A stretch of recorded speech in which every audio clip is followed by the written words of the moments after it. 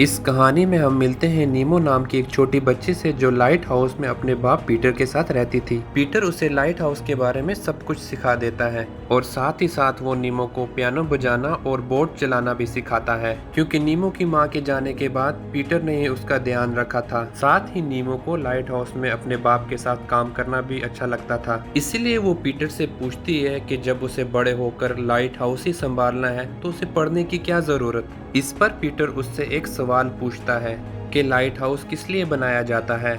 जवाब में नीमो कहती है कि लाइट हाउस बोट्स को सेव रखने के लिए बनाया जाता है, लेकिन पीटर उसे बताता है कि ये जवाब गलत है और कहता है कि जिस दिन तुम इस सवाल का सही जवाब दोगी उसी दिन तुम्हें लाइट हाउस की चाबियां मिल जाएंगी। इतना कहकर पीटर उसे सोने के लिए कहता है, पर नीमो को सोने से पहले पीटर से तो कहानी सुननी थी। इसके बाद पीटर उसे जादुई मोतियों की कहानी सुनाता है जो कि समंदर की गहराइयों में पाए जाते हैं, जहाँ एक खतरनाक मॉन्स्टर रहता है और उन मोतियों से कुछ भी मांगने पर वो मांग पूरी हो जाती है। कहानी में पीटर अपने दोस्त फिलिप के साथ उन्हीं मोतियों की तलाश में जाता है। कहानी खत्म होने से पहले ही वहाँ पे फोन की घंटी बजती है और फोन उठाने पर पीटर को ये बताया जाता है कि आज रात एक बहुत बड़ा तूफान आने वाला है और समंदर में एक बोट फंसी हुई है जिसकी मदद के लिए पीटर को जाना पड़ेगा। इसके बाद पीटर नीमो को सुलाकर अपने काम पर निकल जाता है। रात को अचानक से नीमो की जब नींद खुलती है और नीमो कमरे से बाहर आती है, जहाँ पे उसे दिखाई देता है कि हर तरफ अजीब सा माहौल है और पूरा घर बर्फ से जम चुका है। इसके बाद नीमो जो ही घर का दरवाजा खोलती है वो देखती है कि वहाँ पर एक बहुत बड़ा तूफान आ चुका है। तभी एक बड़ी लहर लाइट हाउस को तबाह करते हुए नीमो को भी अपने साथ समंदर में ले जाती है और नीमो अभी समंदर में डूबती जा रही है। तभी उसकी नजर अपने फादर पे पड़ती है। पीटर उसकी मदद को आ रहा होता है कि तभी एक अजीब सा मॉन्स्टर उसको पीछे की तरफ खींच लेता है और उसी वक्त नीमो की आंख खुल जाती है। दरअसल वो एक बुरा ख्वाब देख रही थी। इसके बाद नीमो को अपने घर के बाहर एक बोट की आवाज आती है और वो ये सोचती है कि उसका बाप वापस आ चुका है, लेकिन असल में वहाँ पे कार्ला आई थी जो कि उसके फादर की मौत की खबर सुनाती है। इसके बाद कार्ला नीमो के अंकल फिलिप को कॉल करती है और फिलिप को पीटर के जाने की खबर देती है। फिर कार्ला नीमो को ये बताती है कि उसके फादर ये चाहते थे कि कभी भी उनको कुछ हो जाए फिर नीमो शहर जाके अपने अंकल फिलिप के साथ रहे। कार्ला की बात मानकर नीमो अपने अंकल फिलिप के साथ चली जाती है। घर पहुंचकर नीमो को ये पता चलता है कि उनके अंकल फिलिप एक डोर लॉक बनाने वाली कंपनी के मालिक हैं और फिलिप अपने बड़े से घर में अकेला ही रहता है और अकेले रहने की वजह से फिलिप को नीमो के साथ एडजस्ट होने में प्रॉब्लम हो रही थी और साथ में नीमो को भी एक नए शहर में रहने की और एक नए घर में रहने की प्रॉब्लम होती है। फिर इसके बाद नीमो अपने कमरे में जाकर सो जाती है और कुछ समय के बाद जब रात को नीमो की आंख खुलती है वो देखती है कि उसका टॉय जिंदा हो चुका है और तभी फिर उसका बेड एकदम से अपने आप चलने लगता है और नीमो को ये एहसास होता है कि वो अपने सपनों की दुनिया यानी स्लम्बर लैंड में जा रही है। इसके बाद नीमो को वो बेड गलियों में लेके जाता हुआ सीधा समंदर में लेके जाता है, जहाँ से वो तैरते तैरते सीधा वो अपने लाइट हाउस पे पहुँच जाती है, जहाँ उसे फिलिप मिलते हैं। और अब नीमो को याद आता है फिलिप कोई और नहीं बल्कि उसके फादर का दोस्त है, जिसकी कहानियां उसके फादर उसे रोज सुनाया करते थे। इसके बाद फिलिप नीमो को वही कहानी सुनाता है जो पीटर ने नीमो को आखिरी बार सुनाई थी, जादुई मोतियों की कहानी। पर नीमो तो सिर्फ अपने फादर से मिलना चाहती थी। जिसके बाद फिलिप उसे बताता है कि वो अपने फादर से स्लम्बरलैंड में रोजाना मिल सकती है अगर वो उस जादुई मोती से विश मांगे तो, पर उसके लिए नीमो को जादुई नक्शा ढूंढकर फिलिप को देना होगा जो नीमो के फादर ने कहीं छुपा के रखा था। फिलिप नीमो से बार बार जादुई नक्शे के बारे में पूछता है, लेकिन वो नहीं जानती थी कि वो नक्शा उसके बाप ने कहाँ पे रखा था। फिलिप को लगता है कि नीमो उसके किसी काम की नहीं है, तो फिर वो नीमो को खिड़की के बाहर धक्का दे देता है, जिसके बाद नीमो की नींद असल दुनिया में एकदम से खुलती है। इसके बाद फिलिप नीमो का एडमिशन एक बड़े से स्कूल में करवाता है। नीमो को ये स्कूल कुछ खास पसंद नहीं था। उसको लगता था कि स्कूल जेल की तरह होते हैं जो बच्चों को कैद कर लेते हैं। उसके बाद टीचर उसको उसकी क्लास में लेके जाती है, जहाँ वो लुई नाम के लड़के से मिलती है और वो उसका एक अच्छा दोस्त बन जाता है। नीमो लुई को अपने बारे में सब कुछ बता देती है। क्लास खत्म होने के बाद नीमो घर पहुंचती है, जहाँ पे फिलिप उससे बात करके उसे स्कूल में घुलने मिलने का बताता है, लेकिन नीमो उसे इग्नोर करके सीधा सोने के लिए चली जाती है। सोते सोते नीमो फिर से स्लम्बरलैंड पहुंच जाती है, ख्वाबों की दुनिया में, जहाँ पर वो अपने टॉय पिग को देखती है जो बॉक्स में कुछ ढूंढ रहा था। तभी नीमो फौरन से जागती है और उसी बॉक्स को चेक करती है, जहाँ उसे जादुई नक्शा मिल जाता है। अगली सुबह जो ही नीमो स्कूल के लिए निकलती है वो जो ही स्कूल में पहुंचती है वो क्लास में जाने की बजाय स्कूल के बेसमेंट में जाके सो जाती है। थोड़ी ही देर में वो फिर से स्लम्बरलैंड पहुंच जाती है ख्वाबों की दुनिया में, और वहाँ वो पहुंचते ही वो नक्शा जाके सीधा फिलिप को देती है। फिलिप उसे नक्शा लेके उसे वापस जाने को कहता है क्योंकि आगे का रास्ता खतरों से भरा हुआ था। उन मोतियों की खोज में उन्हें दूसरों के सपनों में जाना होगा, और नीमो अगर दूसरों के सपनों में मरती है तो फिर वो अपनी असल दुनिया में कभी भी नहीं जाग पाएगी। लेकिन नीमो फिर भी फिलिप के साथ इस एडवेंचर पे जाना चाहती है, और अब शुरू होती है मोतियों की खोज। उसके बाद फिलिप उसे बताता है कि उसने ये जादुई नक्शा बॉर्सन से चुराया था, और जिसके बाद अभी तक पुलिस उसका पीछा कर रही है। और क्योंकि मोतियों का रास्ता दूसरों के सपनों से होकर जाता है, इसी वजह से पुलिस उन्हें अगर किसी और के सपने में देख लेती है तो वो लोग इन्हें पकड़कर जेल में बंद कर देंगे। इसके बाद फिर नीमो और फिलिप मोतियों को ढूंढने में लग जाते हैं, और तभी एजेंट ग्रीन आ जाती है जो कि फिलिप को पकड़ने आई थी। जैसे ही एजेंट ग्रीन उसको अरेस्ट करने आती है तभी एक बड़ा मॉन्स्टर वहां पे आ जाता है, जो कि बिल्कुल वैसा ही था जैसे नीमो के फादर उसे कहानियों में सुनाया करते थे। उसके बाद वो नीमो पे हमला कर देता है, लेकिन फिलिप नीमो को बचा के वहां से निकल जाता है। तभी नीमो धीरे धीरे वहां से गायब होने लगती है। दरअसल वो अपनी असली दुनिया में जाग जाती है, और इसके बाद नीमो घर चली जाती है, जहां फिर से फिलिप उससे बात करने की कोशिश करता है, लेकिन नीमो फिर से उसे इग्नोर करके सोने के लिए चली जाती है।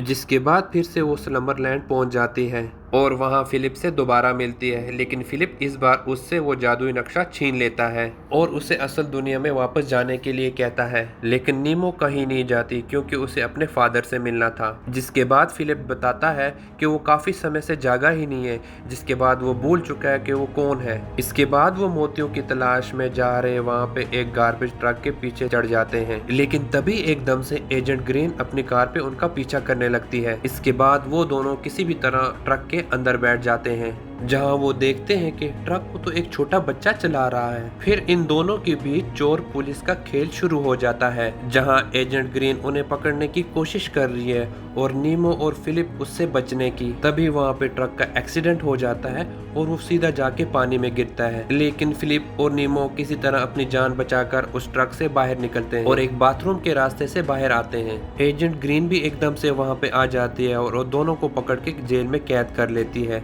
तभी फिलिप नीमो को बताता है कि किसी को उसकी परवाह ही नहीं है असल दुनिया में, तभी वो अभी तक नींद से जागा ही नहीं है। पर अब वो इतने टाइम के बाद जागना चाहता है, लेकिन वो भूल चुका है कि वो कौन है और शायद मोतियों की मदद से उसको असलियत याद आ जाए कि वो कौन है। इसी वजह से वो मोतियों की तलाश कर रहा था। कुछ देर बाद एजेंट ग्रीन आती है और नीमो को वहाँ से बाहर लेके जाती है और उससे स्लम्बरलैंड से जाने को कहती है, वरना वो मॉन्स्टर उसका पीछा कभी नहीं छोड़ेगा। इसके बाद फौरन नीमो की आंख खुलती है और वो अपने अंकल के पास जाती है। वो उन्हें बताती है कि वो अपने फादर को बहुत मिस कर रही है। इसके बाद फिलिप नीमो को उसके फादर की कुछ पुरानी वीडियोस दिखाता है, जहां वो देखती है कि उसके अंकल बिल्कुल फिलिप की तरह दिख रहे थे। तब उसको ये समझ में आता है कि स्लम्बरलैंड के फिलिप कोई और नहीं बल्कि उसके अंकल ही हैं। फिलिप नीमो को ये भी बताता है कि कैसे उसके फादर उसके बचपन से अकेले ही उसके दोस्त थे, लेकिन शादी के बाद उन्होंने फिलिप से बात करना बिल्कुल बंद कर दिया। उसके बाद वो बिल्कुल अकेला पड़ गया था। उसके बाद जब अगले दिन की सुबह होती है, नीमो स्कूल की बेसमेंट में जाके वहाँ पे फिर से सो जाती है।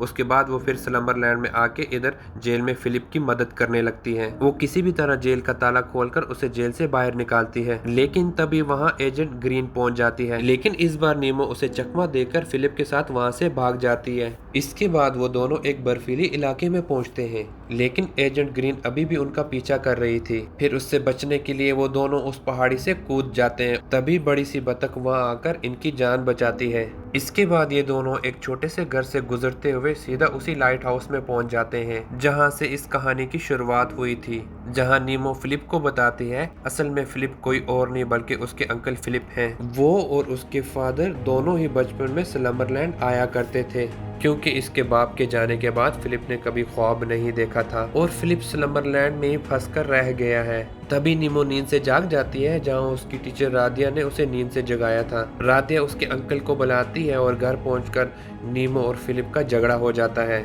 आधी रात को फिलिप के सोने के बाद नीमो उस घर से भाग जाती है और बोट पे बैठ के लाइट हाउस की तरफ जाने लगती है।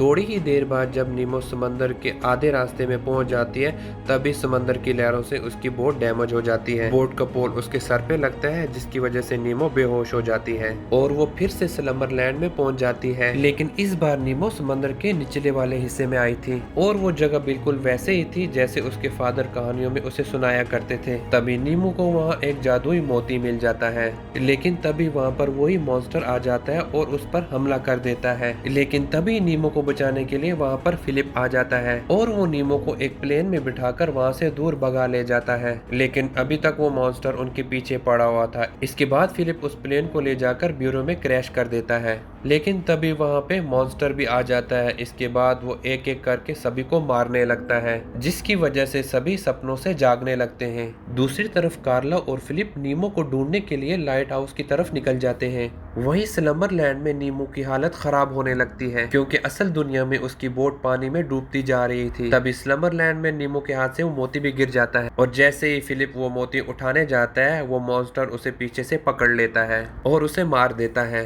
और जैसे ही फिलिप ख्वाबों की दुनिया में मरता है, नीमो उस मोती से अपनी विश मांगती है, जिसके बाद असल दुनिया में फिलिप को सब कुछ याद आ जाता है कि वो ही स्लम्बरलैंड का फिलिप है। जिसके बाद फिलिप नीमो को बचाने के लिए पानी में कूद जाता है। दूसरी तरफ वहाँ स्लम्बरलैंड में नीमो को एजेंट ग्रीन मिलती है और वो उसे बताती है उसके टॉय के पास एक और मोती है।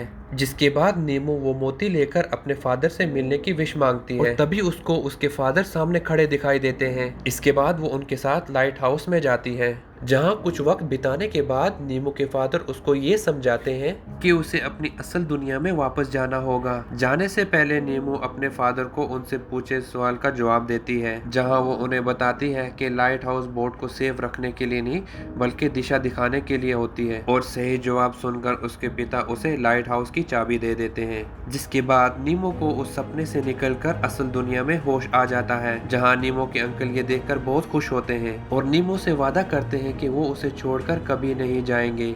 इसके कुछ ही अरसे के बाद हम देखते हैं कि नीमो अपने स्कूल से निकल रही होती है, जहां उसके बहुत सारे दोस्त भी बन चुके होते हैं और साथ ही नीमो के अंकल जिंदगी में आगे बढ़ने की कोशिश कर रहे थे, जबकि नीमो अभी भी स्लम्बरलैंड में आती जाती रहती है। और इसी मोमेंट पर यह मूवी खत्म हो जाती है। दोस्तों, अगर आप हमारे चैनल पे नए हैं तो चैनल को सब्सक्राइब करें और अगर आपको ये वीडियो अच्छी लगी हो तो इसको लाइक करें और आगे शेयर करें। Thank you.